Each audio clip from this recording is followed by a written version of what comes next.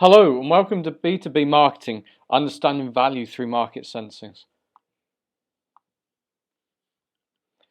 What is market sensing? We're going to learn what this is, but basically it's about generating knowledge about the market that individuals use to inform and guide their decision-making processes. Really important.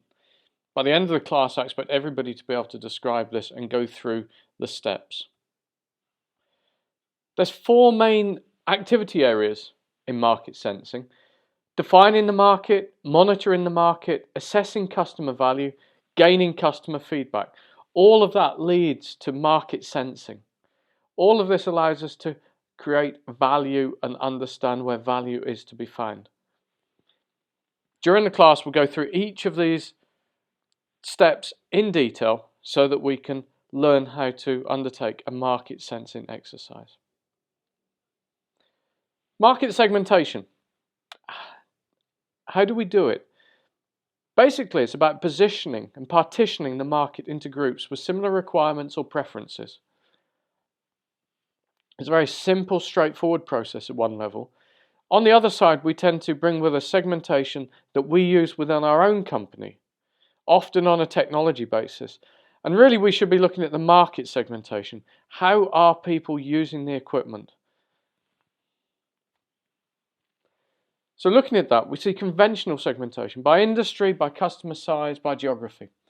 These are very conventional things. They're very helpful and help with efficiencies in terms of sales and other market analysis.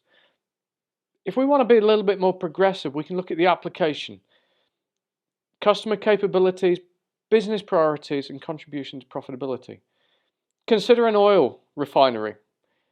They're not all the same. They're not all producing the same products. They're not all using the same inputs. So really important to understand the difference there and how people are making money and why people are operating them. Then we can sensibly segment. There's a mile of difference between an old world refinery built in the 1940s or 50s in Europe and one of the modern refineries that's being built today in China.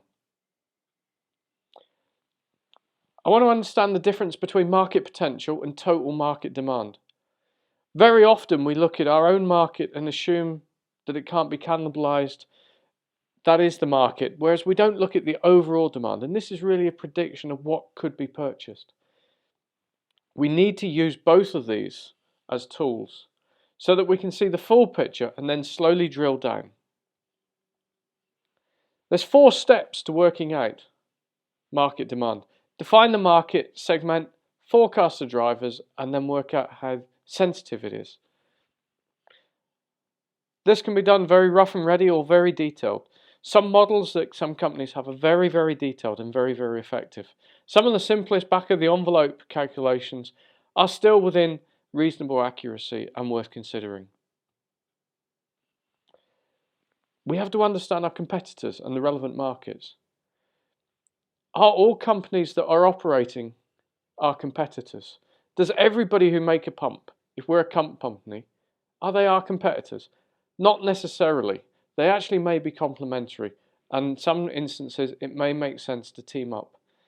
We have to understand both the technology there and the relevant markets to understand who our competitors are. What are the relevant markets? Similar product features.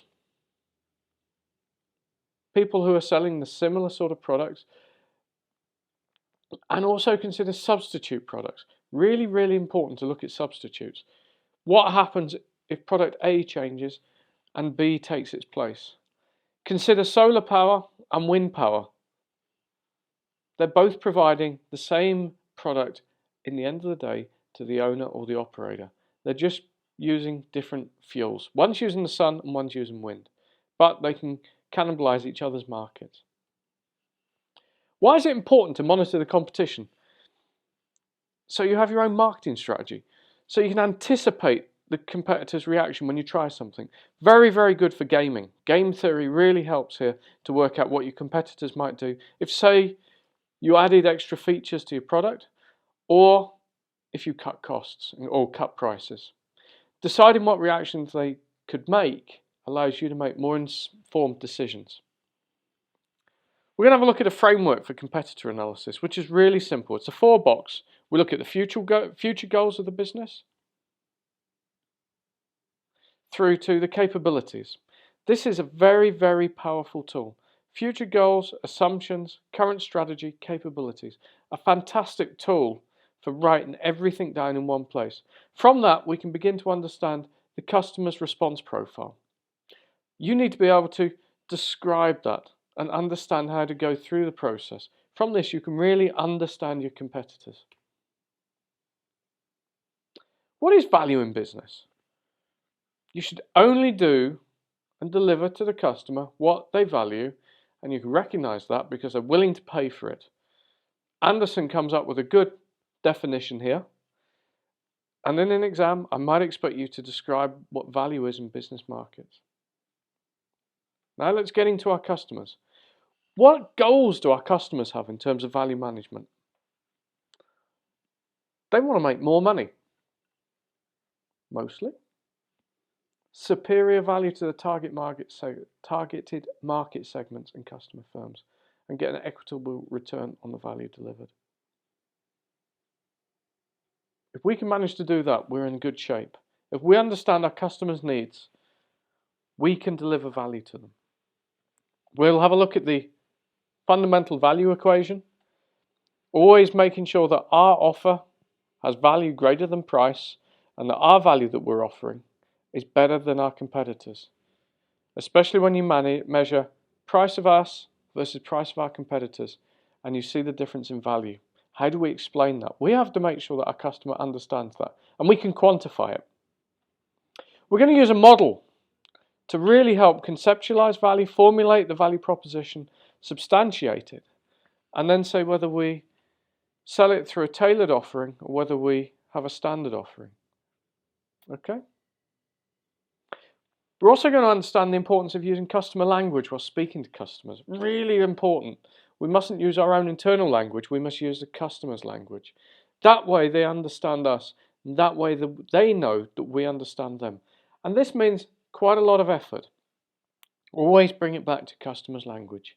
It makes it easier to create the value proposition. We're going to have a look at different types of offerings. A tailored market offering. This might be an engineered pump or a value merchant where you're providing standard pumps. Both have a place in their market. Sometimes one can compete against the other and sometimes they're complementary. Different approaches to the market and different approaches to your competitors. We'll have a look at customer feedback. Why is it really important to get customer feedback? So that you understand whether they understood your value offering. So that you can help educate them and they can educate you. So if there is an issue, you can raise it very quickly and correct it. And if the customer's slowly changing their requirements and preferences, you might not see it on a day-by-day basis. This is one tool to make sure that you can measure their preferences and how they're changing. So that's it really. B2B marketing, that's covering most of classes 2 and 3.